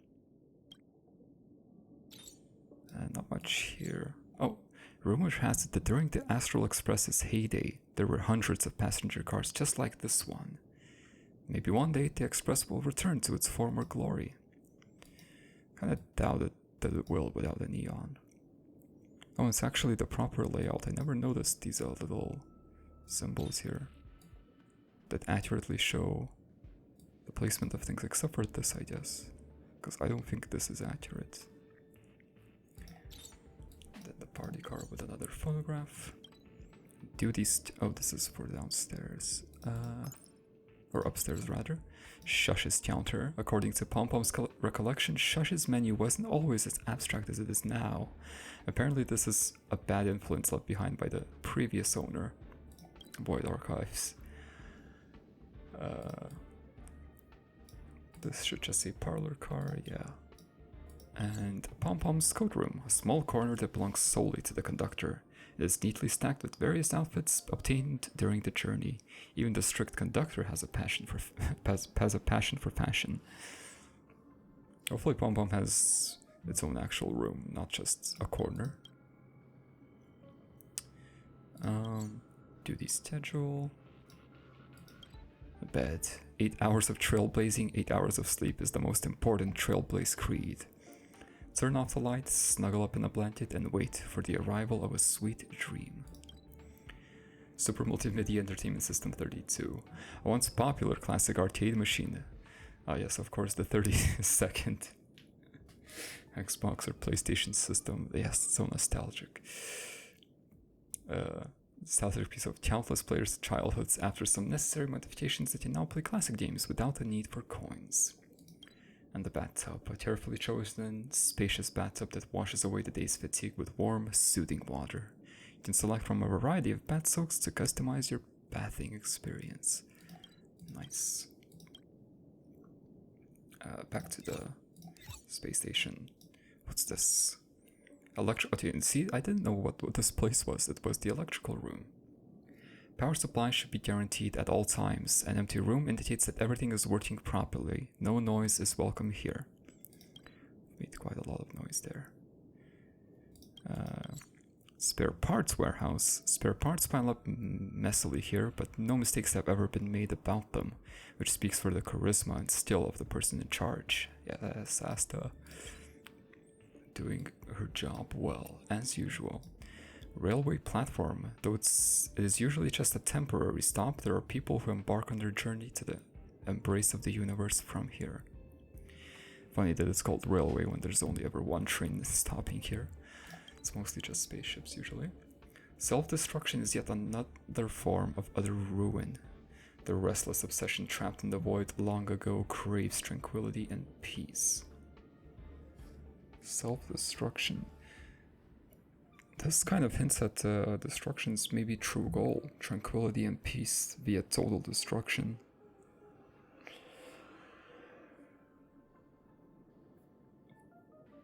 Maybe that's the end goal. And that is it. Okay, Jarillo next. There's a lot of stuff. Oh, flying snowplanes first, of course.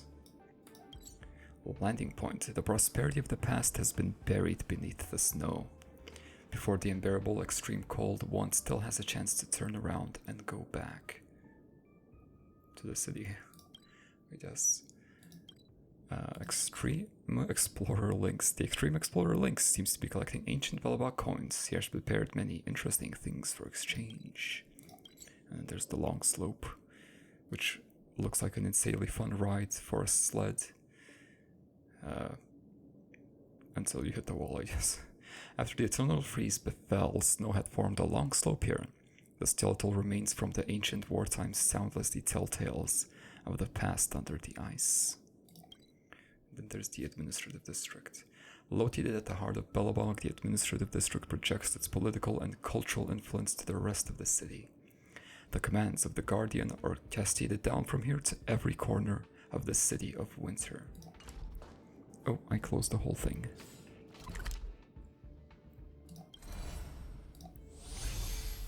This one, please. Anything about the snowplains? There are no signs of life outside the Belobog city gates. Only the endless snow and howling wind. And the Bear Cup. Golden Theater. Belobog's signature building and a grand theater with more than a century of history. It supported the cultural life of dozens of generations of Belobog's elites. There's the fantastic vending machine.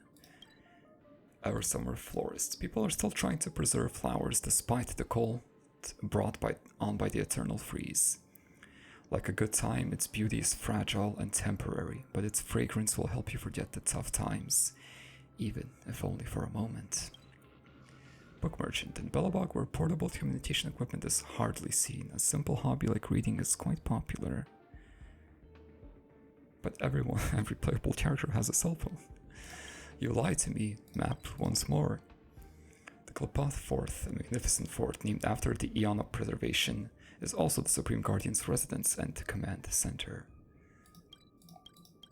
And there's the newspaper seller. You might want to avoid having your name in the headlines unless it's on the fashion page. I'm sure March could make it. The administrative district is proud of the central plaza. If you encounter any outlaws or suspicious individuals, please let the Silvermane Guard know. Oh, and the museum gets its whole map. Belobog History and Culture Museum, which has a history of more than 600 years, displays many precious exhibits of extraordinary significance to this city. The Lance is even older than that. High in the store, up in the Belobog overworld. Neverwinter Workshop, one of the few privately owned workshops in Belobog run by a mechanic. They accept, but are not limited to, the following jobs: machine maintenance and troubleshooting, ancient relic repairs. Yeah, I could have brought the probe here. Acquiring Jeopard's signature and bands performance events, rock and roll only. You can go there to have several pester Jeopard if you need to. Backwater Pass. The past prosperity of the business street collapsed and fell into stagnation in the Fragmentum. Now, the only thing breeding here are the strange beings from the Fragmentum. Belobodians don't have the option of venturing outside the city. The closest experience to a luxurious trip is to spend the night at the Goth Hotel. Oh, and it gets its own waypoint. Belobog's residents don't have the... Oh, it's the same thing, okay. Silvermane Guard restricted zone. Hordes of Silvermane Guards guard this restricted area. Any infiltrators who attempt to pry into its secrets will be severely punished, unless they're me. Then I just kind of skirt around everything and get away with things. Goth Mansion. Oh. Fragmentum copies a moment of time from hundreds of years ago. It is unknown what stories this ancient resident with seals had at that time. Maybe it was the house of the soldiers back in the day. Leisure Plaza. The unfinished Leisure Plaza was designed to be an important part of the daily life in Belobog, which became impossible as the Fragmentum spread here. And the transport hub. Previously one of Belobog's important transport hubs. From here, one can reach any corner of the city. Well, that sounds terrible because the Fragmentum can now do that. On the map, this looks very walkable, but you can't actually walk there, right? Yeah. It looks so walkable on the map, but it's not. Yeah.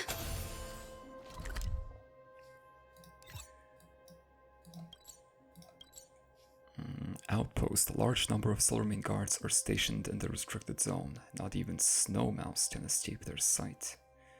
Okay, so there are snow mice as well.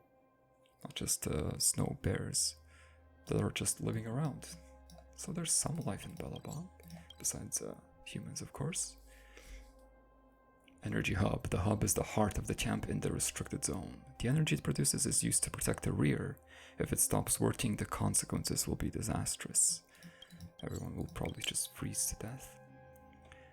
The military drill, of course. Front line. Caltrops and Chaviox de Frise, whatever that is, define the front lines of the battlefield. The Silvermane Guards have sworn to hold this line and never let the monsters take a single step closer. And the counterattack. Corridor of Fading Echoes. It leads to the depths of the Belobog Fragmentum where ancient secrets and unknown dangers lurk. This was a fun place to explore. Contaminated Plaza. The brave Silvermane Guards have been here countless times before. From this point onward lies the devastating war front. There's the fortified zone. The energy supply device operates here day and night. Should the front line fall, the steel gate can still buy time for the city's evacuation. I thought this was already fallen, this whole place. Certainly feels like it. I guess maybe the section of the city was evacuated. Command Center. The Old Bailey Citadel was said to be the Supreme Guardian's command center. Old Bailey Citadel. It was also where the weapons that determined the outcome of battle were created. This place was a lot of things. Command Center, Citadel, Workshop, Smithy. Okay. Ancient Battlefield, Front Line. While advancing, they quickly form an intercepting formation. When retreating, they can lure the enemy into a trap for annihilation. The Silvermane Guards hold this word enceinte and fight the enemy strategically, ensuring their ultimate victory. That was the game's daily moment where it tries its best to make me look illiterate, and succeeded. Everwinter Hill, imposing cliffs to the north of Belobog where the Endless Ice Age began. From here, the Saints of the Snow Country issue their judgment on the fate of the world.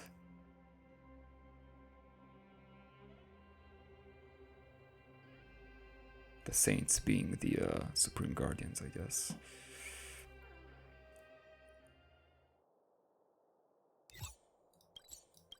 Ancient battlefield snow plains. Affected by the Stellaron, the northern snow plains and Fragmentum have merged, and the howling bitter wind carries an incessant cry. This place is called the Snow Plains. See, if I read this, I would have known. Where to look for that paper a bit more last time, or not last time, but when I did that quest. Damn it. Well, at least it makes more sense now, which does make me feel better. The finality, which is in neon, where all of Belobog's secrets are held. Cacolia, the Stellaron, the Colossus. The ice encases all memories. There she is. Here rests the Supreme Guardian caught by insanity. The last battle of Cacolia on the Everwinter Hill shall echo through eternity. Through the Fragmentum, of course. Oh, I keep clicking that button. Pillars of Creation, though. Pillars of Creation entrance, a pathway connecting the snow plains with the Engine of Creation construction site. Anyone entering the construction site should wear a safety helmet. Of course. And there's the construction site. The most brilliant minds and the strongest bodies in Belobog gather here, tirelessly working for the future of this planet beneath their feet. Making impressive quilting robots. What do you want from me? Yes, I'll do that eventually. Rewards and trails. Yes, I'll do that. Old weapons testing ground. Oh, and Rivet Town. This place used to serve as a trading port. With active circulation of commodity money and a major manufacturer of mining machinery. But now it has become a dead town.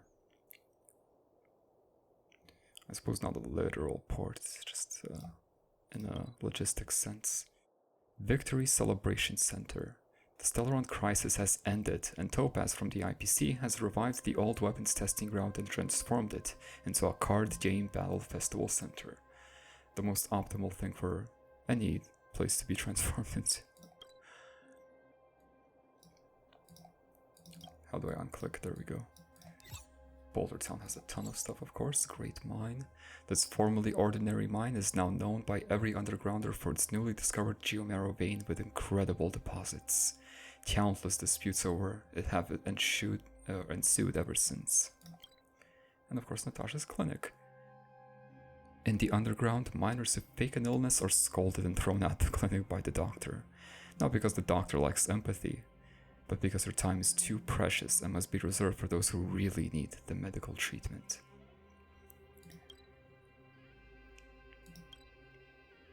Why would they fake? Just because they don't want to work. And they want a doctor's note. Despicable, throw them out. Those who pretend to be sick will be kicked out of the clinic. Natasha's time is too precious for that.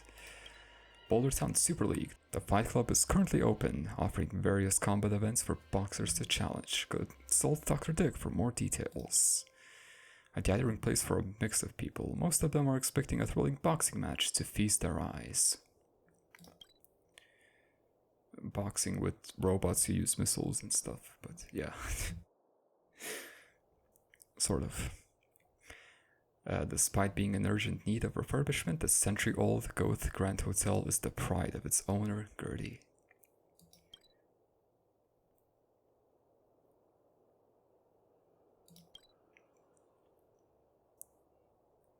Still not sure how this works.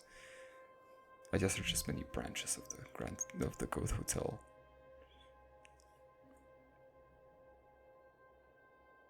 Yeah, I guess.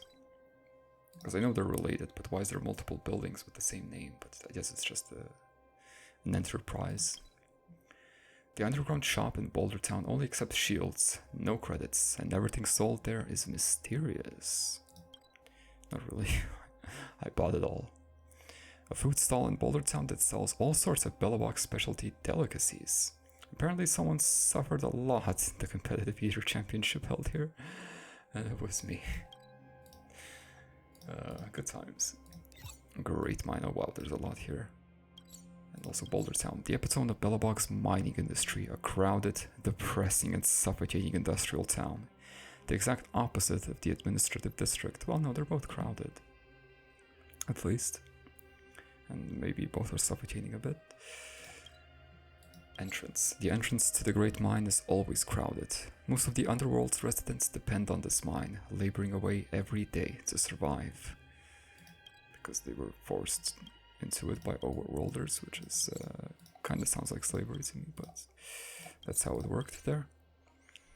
Overlook. Perhaps the place with the best view in the mine. Disputes and desire, unity and order, and a myriad of thoughts and attempts can be found here. Yeah, looks pretty nice there. Main mine shaft. The nearby mine's resources have almost been depleted. However, the mine tunnel has not been abandoned and still remains as one of the mine's lifelines. This one or this one? Probably both. And finally, the Vagrant Shelter. Vagrants occupied this abandoned mine tunnel.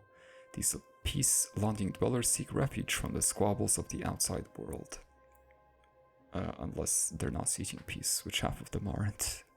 It's a bit of a coin toss. Rivet Town. Orphanage. Descendants of some rich family donated this mansion to be used as an orphanage. Maybe the Goth family. The abandoned swings in this courtyard carry the happy memories of children. And, oh, the robot settlement. Vagrants from the underground have formed settlements around the furnace core of their own accord. This is the only place in the underground where a rapport between humans and robots can be seen. There's the abandoned market. Purchase orders for mining equipment used to flood the Stall town's market. Their now yellow pages are a testament to its past prosperity. The town entrance's bridge, once a popular attraction with a great view of the town. Interest in it has long faded. Of course. And finally, the robot settlement. Vagrant Camp. The furnace core's surroundings have become the home of many displaced people. Svarog and his loyal machines keep it safe. Svarog's base. The Spat's Iron Gate is Svarog's final warning. While the gate itself is not that strong, no one dares to challenge the authority of the Underground Guardian. Oh, cool how they call him the Underground Guardian as a juxtaposition to the Supreme Guardian. Energy Conversion Station. The facility itself is as puzzling as Svarog's origins. It both transforms energy and acts as a mysterious information hub. That I did not know. Information, you say? But Svarog's origins aren't a mystery, are they? They're just simply robots developed by all Jarillians before the freeze, right? Or right before the freeze. Or am I mistaken? You know, like the engine of creation. That's what I thought anyway. Maybe I should be thinking about that more, I don't know. Oh no, the engine of creation was made before the freeze, but Svarog was made after, right? But I guess I have read enough for today. This was another Dan Heng type episode where I just spent the entire time reading, but I felt I wanted to square these final few things off, and honestly, I think there truly is nothing else left to square off. I think I'm officially completely done with Jarillo. There's not a single thing I can think of that I could stall with more. So I think next time I will finally go back to the simulated universe and to do some more Swarm Disaster, I think. I want to finish an Hillidy run. I want to get that done. But after that, I think I will go to the Lawfu, finally. So, thank you so much for watching, and I will see you